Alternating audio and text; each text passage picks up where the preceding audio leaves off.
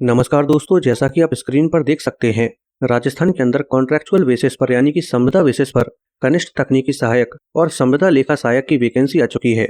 इसके application form 8 जनवरी 2025 से शुरू हो चुके हैं और एप्लीकेशन की लास्ट डेट 6 फरवरी 2025 है। टोटल वैकेंसी 2600 है। दोस्तों, यहाँ पर आप देख सकते हैं कि ये वैकेंसी कैटेगरी में डिवाइड होने के साथ गैर अनुसूचित क्षेत्र और अनुसूचित क्षेत्र के अंदर भी डिवाइड है। अब किस कैटेगरी में कितनी वैकेंसी आई है, इसे आप ऑलरेडी टेबल में देख सकते हैं। इसके अलावा दोस्तों, कनिष्ठ तकनीकी सहायक के लिए गैर अनुसूचित क्षेत्र में 2021 वैकेंसी आई है और अनुसूचित क्षेत्र में 179 वैकेंसी आई है। इस तरह से टोटल वैकेंसी 2200 है और लेखा सहायक के लिए गैर अनुसूचित क्षेत्र में 316 वैकेंसी आई है और अनुसूचित क्षेत्र में 84 वैकेंसी आई है। इस तरह से टोटल वैकेंसी 400 है। दोस्तों, अगर आप गैर अनुसूचित क्षेत्र से बिलोंग करते हैं तो आप केवल गैर अनुसूचित क्षेत्र में ही अप्लाई कर पाएंगे, लेकिन अगर आप अनुसूचित क्षेत्र से बिलोंग करते हैं तो आप अनुसूचित क्षेत्र के अलावा गैर अनुसूचित क्षेत्र से भी अप्लाई कर सकते हैं। इसके अलावा दोस्तों, यहाँ पर एक कंडीशन है और वो ये है कि अनुसूचित क्षेत्र में केवल राजस्थान राज्य के अनुसूचित क्षेत्र के स्थानीय निवासी ही आवेदन कर पाएंगे। आइए दोस्तों, आप जानते हैं कि इसमें आपकी एज क्या होनी चाहिए। दोस्तों, इसमें आपकी एज 1 जनवरी 2026 को 21 से 40 साल के बीच होनी चाहिए। इसके अलावा आपको एज में रिलैक्सेशन भी दिया जाएगा, जैसे कि अगर आप महिला हैं और जनरल कैटेगरी से बिलोंग करती हैं तो आपको 5 साल एक्स्ट्रा दिए जाएंगे, यानी कि आप 45 साल की उम्र तक इसका एप्लीकेशन फॉर्म भर सकती हैं। इसी प्रकार से अगर आप लड़के हैं और राजस्थान के मूल निवासी होने के साथ अनुसूचित जाति, जनजाति, अन्य पिछड़ा वर्ग, अति पिछड़ा वर्ग या ईडब्ल्यूएस कैटेगरी से बिलोंग करते हैं तो आपको 5 साल एक्स्ट्रा दिए जाएंगे, यानी कि आप 45 की उम्र तक इसका एप्लीकेशन फॉर्म भर सकते हैं।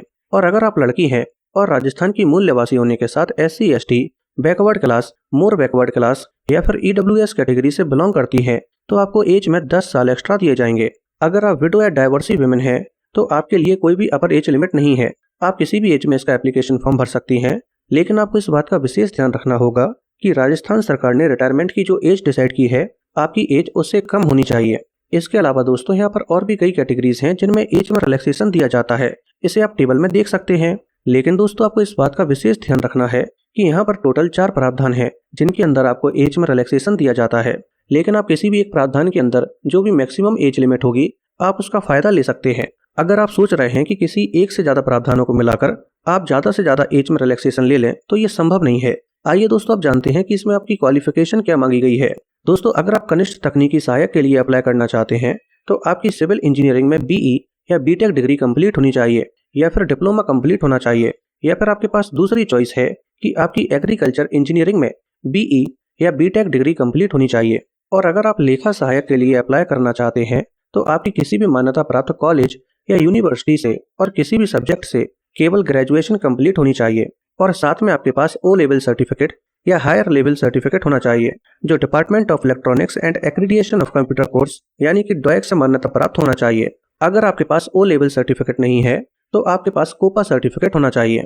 अगर आपके पास इनमें से कोई भी प्रॉपर सर्टिफिकेट नहीं है तो आपके पास DPC सर्टिफिकेट होना चाहिए। अगर आपके पास इनमें से कोई भी सर्टिफिकेट नहीं है तो कंप्यूटर साइंस या कंप्यूटर एप्लीकेशन से डिप्लोमा कंप्लीट होना चाहिए। अगर ये भी नहीं है तो किसी भी मान्यता प्राप्त पॉलिटेक्निक इंस्टीट्यूट से कंप्यूटर साइंस एंड इंजीनियरिंग में डिप्लोमा होना चाहिए। अगर ये भी नहीं है तो आपके पास एक फाइनली आखिरी चॉइस है कि आपके पास इंफॉर्मेशन टेक्नोलॉजी में राजस्थान स्टेट सर्टिफिकेट होना चाहिए, जिसे Vardhman Mahaveer open university conduct कराती है।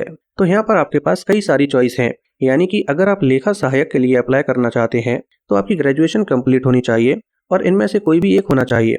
इसके अलावा दोस्तों, इस एप्लीकेशन फॉर्म की जो लास्ट डेट है यानी कि 6 फरवरी 2025, तो इस डेट से पहले आपकी ग्रेजुएशन या फिर डिप्लोमा या जो भी क्वालिफिकेशन मांगी गई है वो सभी क्वालिफिकेशन आपकी 6 फरवरी 2025 से पहले कंप्लीट हो जानी चाहिए, तभी आप इसका एप्लीकेशन फॉर्म भर सकते हैं और एग्जाम दे सकते हैं।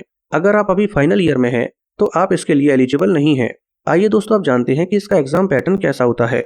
दोस्तों, अगर आप कनिष्ठ तकनीकी सहायक के लिए अप्लाई करते हैं तो आपको एक एग्जाम देना होता है जो MCQ फॉर्मेट में होता है और ये एग्जाम टोटल 16 सेक्शन में डिवाइड होता है, जिसमें आपको केवल 3 घंटे का समय दिया जाता है और ये एग्जाम टोटल 400 नंबर का होता है और इसमें टोटल क्वेश्चंस 200 होते हैं, यानी कि हर एक क्वेश्चन 2 नंबर का होता है।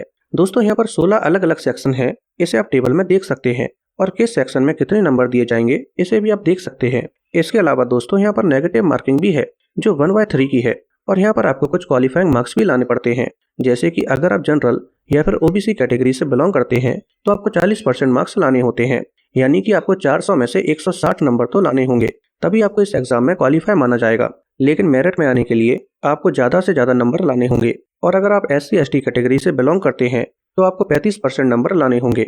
इसी तरह से दोस्तों, अगर आप लेखा सहायक के लिए अप्लाई करना चाहते हैं तो यहाँ पर भी आपका एग्जाम MCQ फॉर्मेट में होता है, और इसमें टोटल 13 सेक्शन होते हैं, जिसमें से हर एक सेक्शन में टोटल नंबर कितने होंगे इसे आप स्क्रीन पर देख सकते हैं। और इसमें टोटल नंबर 400 होंगे और टोटल क्वेश्चंस 200 होंगे, यानी कि हर एक क्वेश्चन 2 नंबर का होगा। इसके अलावा इसमें भी नेगेटिव मार्किंग है जो 1/3 की है। इस एग्जाम में आपको 3 घंटे का समय दिया जाएगा। इसके अलावा यहाँ पर भी आपको कुछ क्वालिफाइंग मार्क्स लाने रहेंगे, और वो सेम है जो कनिष्ठ तकनीकी सहायक के लिए थे, यानी कि जनरल और OBC कैटेगरी के लिए 40% और SC/ST कैटेगरी के लिए 35%। दोस्तों, अब अगर आप जानना चाहते हैं कि इसके लिए सिलेबस क्या है तो आप कमेंट में सिलेबस टाइप कर दीजिए, मैं इस पर भी एक डिटेल्ड वीडियो बना दूंगा। और अगर आपको ये वीडियो पसंद आई हो तो वीडियो को लाइक करके चैनल को सब्सक्राइब कर लीजिए।